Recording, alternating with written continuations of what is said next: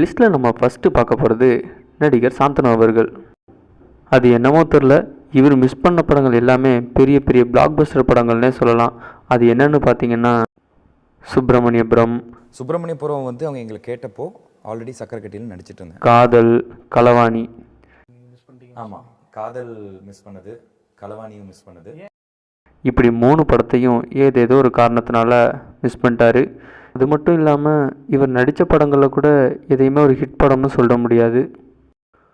துல்லாத மனமும் துள்ளும் இந்த படத்தை நம்ம டைரக்டர் எழில் அவர்கள் இயக்கியிருப்பார். நம்ம தளபதிக்கு தமிழ்நாட்டில் மட்டும் இல்லை, கேரளாவிலேயே ஒரு பெரிய மார்க்கெட்டை க்ரியேட் பண்ணி கொடுத்த படம். இது ஒரு சென்சேஷனல் மூவின்னு கூட சொல்லலாம். ஆமாங்க, இந்த படத்தோட கதையை நம்ம டைரக்டர் எழில் அவர்கள் வடிவேலுக்கு தான் எழுதினார். அதுக்கு காரணம் என்ன அப்படின்னு பார்த்தீங்கன்னா, நம்ம சார்லி சாப்ளின் நடித்து வெளிவந்த சிட்டி லைட்ஸ் அப்படின்ற இங்கிலீஷ் படத்தோட தழுவலில் தான் இந்த துல்லாத மனம் துள்ளும் படம் எழுதப்பட்டது. இது வடிவேலை வச்சு இயக்குவதாக இருந்துச்சு. ஆனால் ப்ரொடியூசர்கிட்ட போய் கதை சொல்லும்போது வடிவேல் அவர்கள் காமெடி நடிகர் என்பதால் எந்த ப்ரொடியூசரும் முன் வரலை. இதனால் இந்த படத்துக்கு விஜய் அவர்கள் ஒப்பந்தம் பண்ணார். இந்த படமும் பெரிய பிளாக் பஸ்டர் ஆச்சு. அடுத்ததாக நம்ம மகிழ் திருமேனி இயக்கத்தில் வெளிவந்து அருண் விஜய் நடித்து பிளாக் பஸ்டர் மூவியான தடம் படம் தான். இந்த படத்தில் ஃபஸ்ட் அப்ரோச் யார் அப்படின்னு பார்த்தீங்கன்னா நம்ம உதயநிதி ஸ்டாலின் அவர்கள் தான். சில காரணங்களால் உதயநிதி ஸ்டாலின் இந்த படத்தை தவிர்த்ததுனால அருண் விஜய் நடித்து இந்த படம் பெரிய பிளாக் பஸ்டர் மூவியாகவே ஆயிடுச்சுன்னு சொல்லலாம். படம் நான் பண்ண வேண்டிய படம் அது மிஸ் ஆயிடுச்சு. அடுத்ததா வருத்தப்படாத வாலிபர் சங்கம். இந்த படம் எவ்வளோ பெரிய பிளாக் பஸ்டர் மூவின்னு நம்ம எல்லாருக்குமே தெரியும். அப்படிப்பட்ட இந்த படத்துக்கு ஃபஸ்ட் அப்ரோச் யார் அப்படின்னு பார்த்தீங்கன்னா நம்ம ஜெய் அவர்கள் தான். ஆனால் அவருக்கு இந்த கதை பிடிக்காத காரணத்தினால உடனே டைரக்டர் பொன்ராம் நம்ம சிவகார்த்திகேயன் கிட்டே இந்த கதையை சொல்லியிருக்காரு. அவரும் இந்த கதைக்கு ஓகே சொல்லி இந்த படம் ஒரு மிகப்பெரிய வெற்றி படமாக அமைஞ்சதுங்கிறது குறிப்பிடத்தக்கது. தமிழில் ஒரு ஹீரோ, எஸ்டாப்ளிஷான ஒரு ஹீரோட்டு அவங்க மேனேஜருக்காக சொல்ல போயிருந்தேன். அவங்க இந்த கதையை கேட்டு கழுவி ஊற்றிட்டாங்க. அடுத்ததாக நம்ம சூர்யா நடித்து வெளிவந்த ஆதவன் திரைப்படத்தோட கதை நம்ம கேப்டன் விஜயகாந்த் அவர்களுக்காக எழுதப்பட்ட கதை தான். ஆனால் நம்ம விஜயகாந்த் அவர்கள் அரசியல் போன்ற காரணங்களால் இந்த படத்தில் நடிக்க நம்ம கேப்டன் அவர்கள் தவிர்த்துட்டார். இதனால் இந்த படம் சூர்யா அவர்கள் நடித்து இந்த படம் ஒரு பெரிய ஹிட்டும் ஆயிடுச்சு. அதே மாதிரி ஆதவன் கதை கூட ஆக்சுவலாக விஜயகாந்த் பண்ண கதை அது. அப்போ விஜய் ஆதி பகவன் இந்த படம் நம்ம அஜித் அவர்களுக்காக எழுதப்பட்ட கதைன்னு நம்ம அமீர் அவர்கள் ஒரு இன்டர்வியூவில் கூட சொல்லியிருக்காரு. ஆதிபவனுக்கு பெஸ்ட் சாய்ஸ் யாருன்னு பார்த்தீங்கன்னா அஜித் தான். காரணம் என்னென்னா, அஜித் அப்போ இருந்த பொசிஷனில் இந்த மாதிரி படம் பண்ண மாட்டார்னு தெரிஞ்ச நம்ம அமீர் ஜெம் ரவியை வச்சு இயக்குனார். அடுத்ததாக நம்ம சூர்யா நடித்து ஏஆர் முருகதாஸ் இயக்கத்தில் வெளிவந்த கஜினி படம். இந்த படம் ஃபஸ்ட்டு நம்ம மேடி மாதவன் அவர்களுக்கு தான் நம்ம ஏஆர் முருகதாஸ் அவர்கள் இந்த கதையை சொல்லியிருக்காரு. ஆனால் மாதவனுக்கு இதோட செகண்ட் ஹாஃபில் உடன்பாடு இல்லாததுனால இந்த படத்தை அஜித் அவர்கள்ட்டையும் போய் சொல்லியிருக்காரு. ஆனால் அவரும் இதில் ஒத்துக்கலை. ஃபைனலாக இது சூர்யாவுக்கு சொல்லி இந்த படமும் ஒரு பெரிய பிளாக் பஸ்டர் ஹிட்டாகவும் ஆச்சு. கஜினின்னு ஒரு படம் எனக்கு ஆஃபர் பண்ணாங்க. அதோட கதை மிஸ்கின் இயக்கத்தில் வெளிவந்த சித்திரம் பேசுதடி. இந்த படத்தை நம்ம விஜய் அவர்களுக்காகத்தான் மிஸ்கின் அவர்கள் எழுதியிருப்பார். ஆனால் எஸ்ஏசி அவர்கள் எங்கே இந்த படத்தோட கதையை கமர்ஷியலாக மாற்ற சொல்லிடுவாரோ அப்படின்னு பயத்தில் இதை நரேன் அவர்களை வச்சு மிஸ்கின் அவர்கள் இயக்கியிருப்பார். அப்புறம் விஜய்க்கு தான் சித்திரம் பேசி எழுதுறேன். படம் ஹிட்டான பிறகு பிரிவியை பார்க்குது. டைரக்டர் பாலா இயக்கத்தில் வெளிவந்த நந்தா படத்துக்கு ஃபஸ்ட்டு சாய்ஸு அஜித் அவர்கள் தான். ராஜ்கிரண் கேரக்டருக்கு கூட சிவாஜி அவர்கள் தான் ஃபஸ்ட்டு சாய்ஸு. ஆனால் சில பல காரணங்களால அஜித் அவர்கள் இந்த படத்தில் நடிக்க மறுத்துட்டார். சிவாஜி அவர்களுக்கு உடல்நலம் சரியில்லாததுனால நடிக்க மறுத்துட்டார். சிவாஜி ஐயாவுக்காக பாலா உருவாக்குனது. சிவாஜி ஐயா தான் நடிக்கிறதா இருந்தது.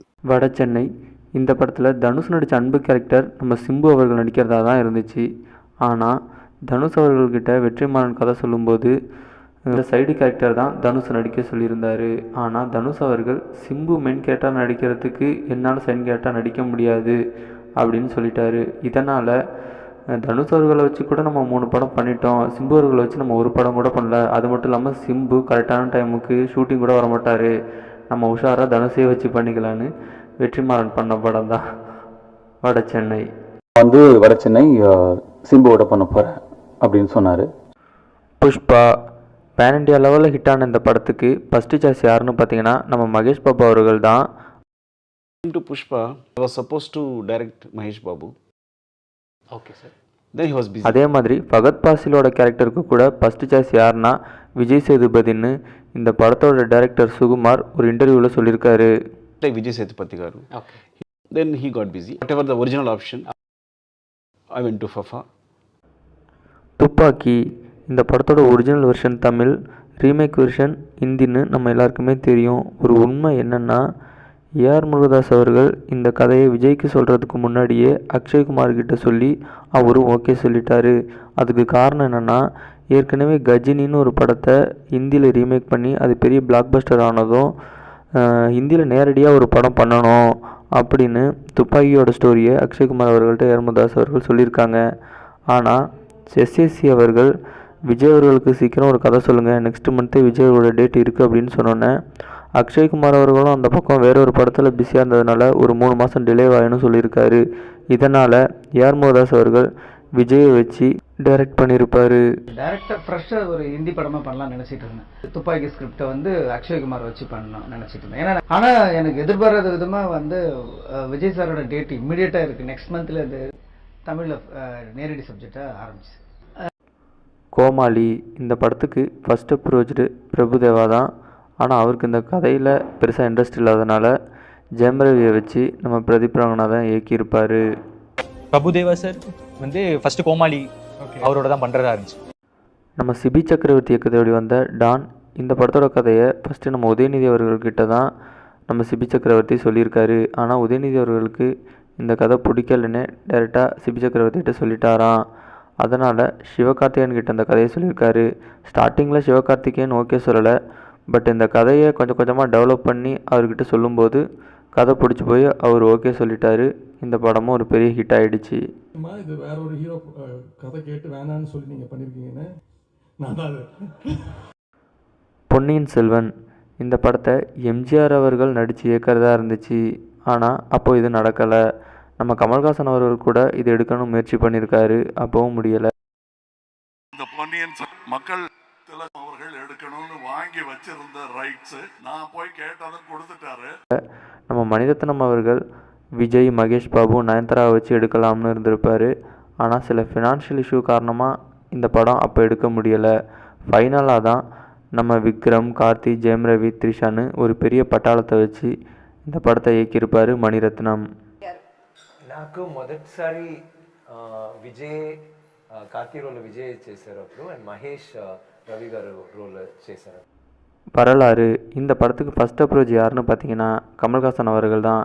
கமல்ஹாசன் அவர்கள்கிட்ட கேஎஸ் ரவிக்குமார் கதை சொல்ல போகும்போது வரலாறு, தெனாலின்னு 2 கதையை சொல்லியிருக்காரு. ஆனால் கமல்ஹாசன் அவர்கள் தெனாலின்ற கதையை தான் சூஸ் பண்ணியிருக்காரு, வரலாறை ரிஜெக்ட் பண்ணிட்டாரு. அதுக்கப்புறம் இந்த வரலாறு கதையை ரஜினி அவர்கள்கிட்டையும் கேஎஸ் ரவிக்குமார் சொல்லியிருக்காரு. ரஜினி அவர்கள் இந்த கதை ரொம்ப நல்லாவே இருக்குது, நம்ம பண்ணலான்னு சொல்லிட்டு அவரும் வேறு சில படங்களில் பிஸி ஆகிட்டதுனால இந்த படத்தை பண்ண முடியல. ஃபைனலாக அஜித் அவர்களை வச்சு கேஎஸ் ரவிக்குமார் இந்த படத்தை இயக்கியிருப்பார். இந்த படமும் பெரிய ஹிட் ஆகிடுச்சு. ரஜினி அவர்கள் வரலாறு படம் பார்த்துட்டு அஜித் அவர்களை பாராட்டி பில்லா படத்தை அஜித் அவர்களை ரீமேக் பண்ண சொல்லியிருப்பார் ரஜினி அவர்கள். வரலாறு படத்துக்கு வந்து மதனான்னு டைட்டில் வச்சார். அதெல்லாம் கூட கமல் சாருக்கு முதல்ல பண்ணது தான். அப்புறம் ரஜினி சார் கமல் சார் இது பண்ண மாட்டார், வேண்டான்னு சொல்லுவார். ஆனால் நம்ம பண்ணுவோம் அப்படின்னாரு.